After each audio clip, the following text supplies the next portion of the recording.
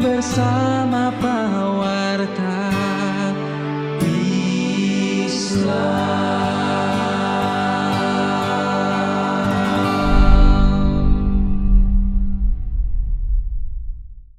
Assalamualaikum warahmatullahi wabarakatuh. Pada masa Muhammad SAW masih dalam masa belia dan sebelum beliau diutus sebagai utusan Allah Subhanahu wa Ta'ala, sebuah peristiwa menarik terjadi. Beliau berjumpa dengan seorang pendeta bijaksana yang memiliki wawasan mendalam. Dan kisah ini terabadikan dalam As-Sirah An-Nabawiyah karya Ibnu Ishaq. Kisah ini membawa kita ke Busra di Syam, di mana seorang rahib bernama Buhaira menemui Muhammad. Pada pertemuan itu, Buhaira merasakan tanda-tanda kenabian pada diri Muhammad. Peristiwa ini dimulai saat Abu Talib, paman Nabi Shallallahu Alaihi Wasallam, bersiap-siap untuk perjalanan ke Syam bersama kafilah dagang. Saat persiapan pergi, Muhammad kecil yang masih belia, dengan usia sekitar 9, 10 atau 12 tahun, menurut berbagai riwayat, merasa ingin ikut serta. Melihat keinginan beliau, hati Abu Talib luluh. Dengan tekad bulat, Abu Talib berkata, "Demi Allah, aku akan membawanya bersamaku. Tidak akan ada jarak di antara kami. Dan aku tidak akan membiarkannya sendirian." Tanpa ragu, Abu Talib berangkat membawa keponakannya yang belia itu. Setibanya rombongan dagang di Busra, sebuah wilayah yang terletak di Syam, terkuaklah kisah tentang seorang rahib bernama Buhaira. Di tengah kesunyian biaranya, dia menjadi sosok yang menghormati privasinya. Tidak pernah melangkah keluar sejak dia diangkat sebagai rahib. Buhaira adalah sumber pengetahuan agama bagi para penganut ajaran Nasrani yang dengan tekun mereka dipelajari dari sosok bijaksana ini.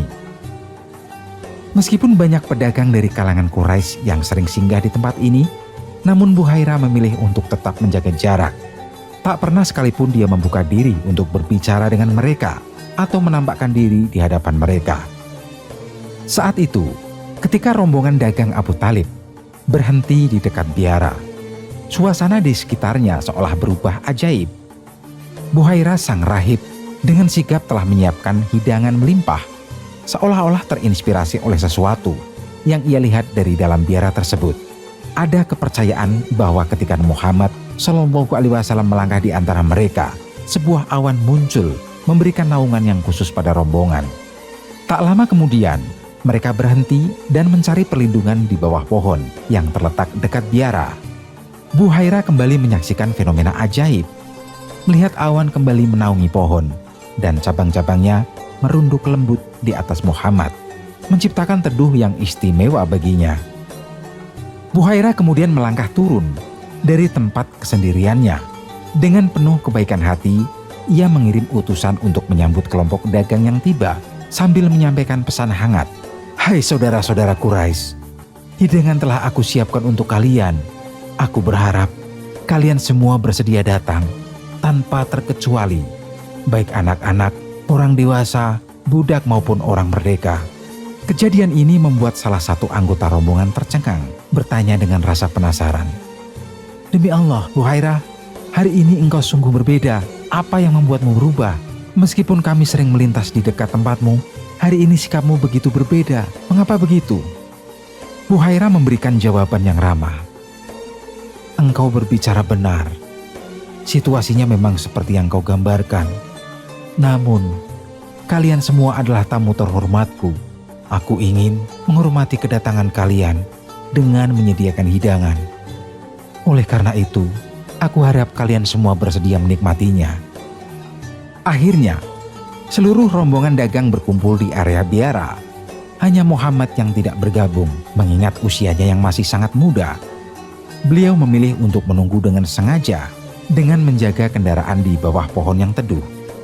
Dalam pengamatannya terhadap rombongan, Buhaira merasa bahwa mereka tidak mencerminkan sifat-sifat yang sebelumnya ia amati.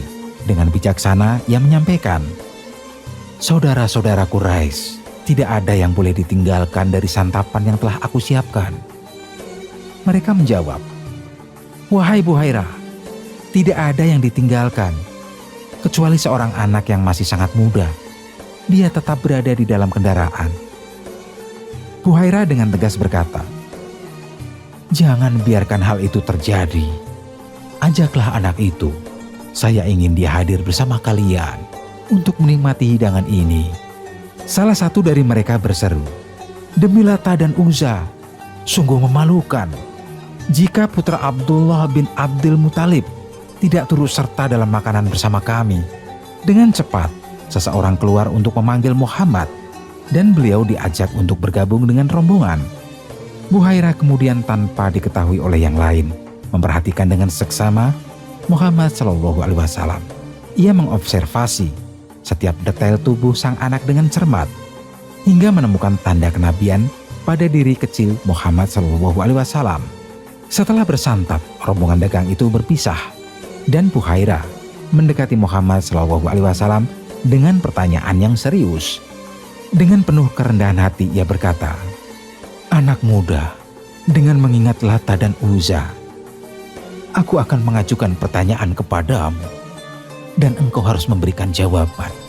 Ketika Buhairah menyebut nama berhala Lata dan Uzza, Muhammad SAW dengan tegas menjawab, "Janganlah engkau bertanya tentang Lata dan Uzza kepadaku. Demi Allah, tidak ada yang kubenci selain keduanya."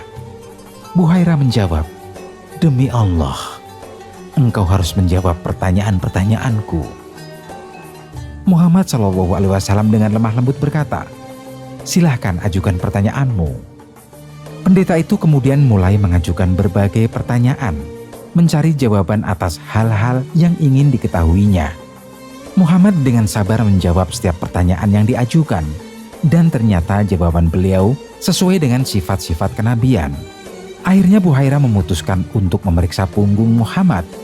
Dengan cermat, ia menemukan stempel kenabian di antara kedua bahu beliau, persis seperti bekas bekam yang ia kenali. Setelah selesai mengamati Muhammad, Buhairah pun mengajukan pertanyaan kepada Abu Thalib dengan bangga.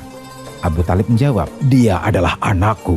Buhairah menentang dengan tegas, "Anak ini bukan milikmu. Mustahil. Dia memiliki ayah yang masih hidup." Abu Thalib mengakui, "Benar, dia adalah anak saudaraku." Buhairah kembali bertanya, "Bagaimana dengan ayahnya?"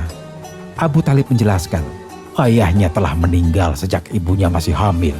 Pendeta tersebut menyampaikan, "Kau benar, dan aku menyarankan agar kau segera membawa keponakanmu kembali ke negerimu dan tetap berwaspada terhadap orang-orang Yahudi.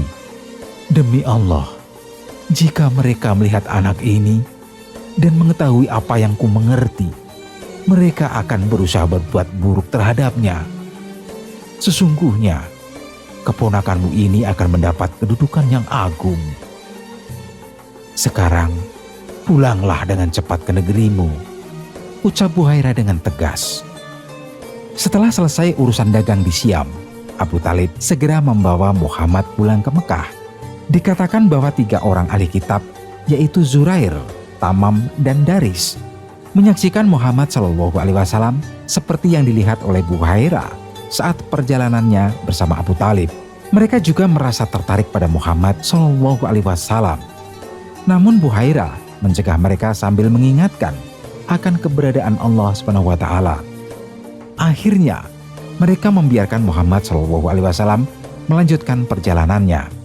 Demikianlah Muhammad SAW yang tumbuh menjadi pemuda yang berada di bawah perlindungan dan pemeliharaan Allah SWT. Dia dijaga dari noda-noda jahiliyah karena takdir Allah yang menghendaki kehormatan dan kenabian baginya di masa dewasa. Beliau menjadi pribadi yang baik, berakhlak mulia, memiliki keturunan yang agung, sikap santun yang tinggi, bicara yang benar, amanah yang luhur, dan menjauh dari perilaku keji serta tindakan tercela. Semua itu merupakan bentuk penyucian dan penghormatan. Dan tidak heran, Muhammad SAW diberi gelar Al-Amin atau orang yang dapat dipercaya.